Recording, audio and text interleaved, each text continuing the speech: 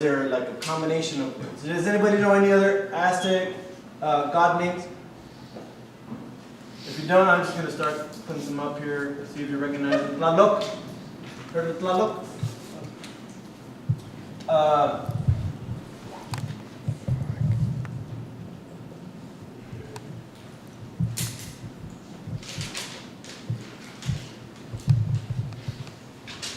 The drink of the earth. Tlaloc. The way I learned it was the rain god. But rain is a drink of the earth. Where is that other word or chunks of word or combination of letters that tell me that it's a god? Right? And I was like, oh. And then I was going back into my limited studies, and I realized that, it was a lie. It was a big fat lie, and those are the easiest ones that are to believe. So I was like, okay, I'm on to you. So I started researching the story of Quetzalcoatl, and there are quite a few, there are many. So I took the ones that were more convenient for me to tell this story. I won't share the whole story, but I will tell you in a nutshell. This is that down here in the calendar, you see the two heads, the two faces meeting together. You can see the serpent around, right? And Quetzalcoatl is this individual right here. Right across from him is Tezcatlipoca. You can see them here in another codice. Quetzalcoatl, Tezcatlipoca. And the story goes that they were both priests, they were both brothers, and Quetzalcoatl was teaching the people how to plant corn, how to weave cotton, how to do like all the awesome things. And Tezcatlipoca, he was actually dark. Again, grain of salt, European influence behind this. So, just like profiling, Tezcatlipoca was teaching the people to do the sacrifices and do like witchcraft and like not good things. To Tezcatlipoca's angst, everybody wanted to be on Quetzalcoatl's side. They were flocking to him, Like if this was Facebook, he had all the friends. Tezcatlipoca had like no followers, like 0. And he was like upset. So because he was conniving, he was like, you know what, I have a plan. And he drugged his brother. And trying to see how to say it. We got young people in the house. Tezcatlipoca made a plan where he drugged his brother, put him in a room, and put his sister in there. And then they said, they committed incest. The next day, on Facebook, he was on blast, like everybody could see it. It was like revealed, and people believed Tezcatlipoca. Tezcatlipoca was, he was happy, like he had a lot of followers now. Quetzalcoatl was upset because the people actually believed that he would do such a thing, right? So he left. He was a little bit upset, and he said, one day I'm going to come back, or this is how the story goes.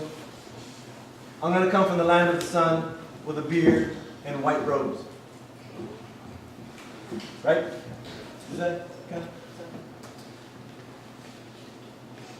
So there you were, 1491. Or thereabouts. And now it's 1492. And Columbus arrives, does several trips. You all know the story, what happened with I'm going to call it encounter. Just because we have young people in the house. And the tribes of the Caribbean, they actually had contact, regular contact with the mainland. And they would send news to the mainland. Moctezuma's like, hey, we got news that the white corn has riped. Everybody's like all excited, The natives actually greeted the Europeans with like open arms. This was something that was, I'm going to say rare for the time period to receive somebody, like when they come, and I'm going to say, you know, with like, for certainty, when people come to your house, you'd be like, pásale tía, aquí un cafecito, you know, you want some, you know, baklava, you want some chai, you know. You welcome people, you literally are there to serve them. People come to your house and it's like, okay, if your mama taught you right, these are the guests. Don't you misbehave, right? They greeted the Europeans like with open arms. The Europeans were like looking at their gold, and the natives were like, you want it here. Don't tell a Muslim a nice watch without saying mashallah, because they'd be like, they'll give it to you. No, I'm not exaggerating. I've seen that happen. You know, if you covet something that they have, they will give it to you. Because they believe only bad can come if there's no acknowledgement that, like, mashallah is like saying, gracias a Dios, like, thank the Creator that I'm able to have this, or that you have this. Like, you know, you got to be thankful. You got to be grateful for the things that you have. Europeans totally misread this cue, and they said, you know, they're treating us like gods. Does that sound familiar? So, from 1492, I'm jumping in history here real quick. From 1492 to 1519, there was a lot of excursions from the islands. The natives on the islands were dying, like, in mass numbers. Europeans were just so thirsty for gold. They were asking, you know, you need to give us more gold. Either you give us gold or we just, like, eliminate you. And there was no more to be found on the island, so they went to the mainland. There were excursions. There was a story of at least 2 shipwrecked Spanish people, one by the name of Gonzalo Guerrero, and the other one, Jerónimo Aguilar. Jerónimo Aguilar was a priest. Gonzalo Guerrero was a soldier.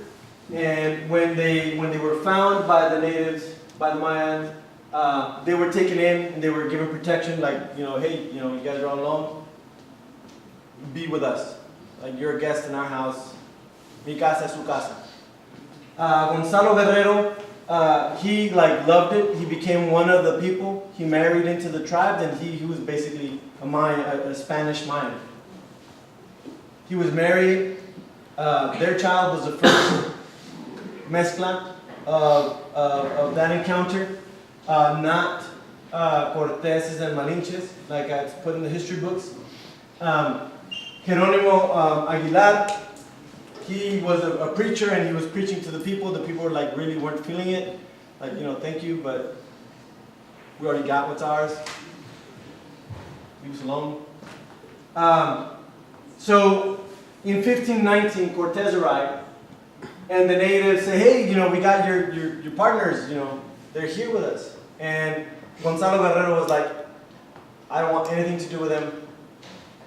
You need to be careful because it's not a good, it's just like the neighborhood is going to go, right? Jerónimo Aguilar was, on the other hand, was elated. He was finally saved, kind of like C-3PO with Han Solo. Like, oh, he came to save me. And by the time that Cortez had arrived, both Gonzalo and Jerónimo had picked up the Mayan language.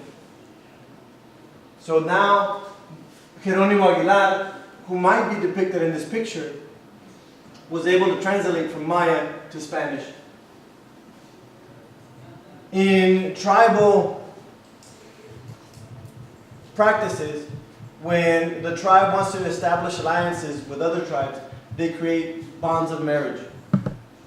Like, so that, you know, like our village and your village, you know, if we have children and they marry, now we're like one village. Like 2 villages get together, right? Like we become stronger. The native said to Cortez, hey, marry into our village, right? We want to have that influence. And Malinche, the story goes that she was an Aztec princess, somehow ended up with the Mayans, maybe stolen, maybe whatever. But she spoke Nahuatl, the language of the Aztecs, and spoke Maya also by that time. So with both Malinche and Jerónimo, Cortez basically could understand what was being said in Central America. Intel, like having Google Translate, but like a million times better, right? And everybody, like Cortez, they intimidated people so that they could do whatever they wanted to do. And there's accounts that they would go from village to village, just destroying the place. Like literally just destroying it. And then once he started getting closer to Tenochtitlan, he realized, like, wait a minute, we could be making allies out of these people. Let's just scare, you know, like the whatever out of them and form an alliance with them so that they can help us then take down the Aztecs. Deal? Deal. Okay. So they did that, and in 1519, Moctezuma is still the leader, and he's like, you know, should we let him in? Like he's like, they're gonna come. We can't change anything. His lieutenants and his captains, they were like, we cannot. If they come, look what they've done to all the other people. Like this is not right. Something's wrong here. No, but Quetzalcoatl, you know, he's coming. Like, what are we gonna do?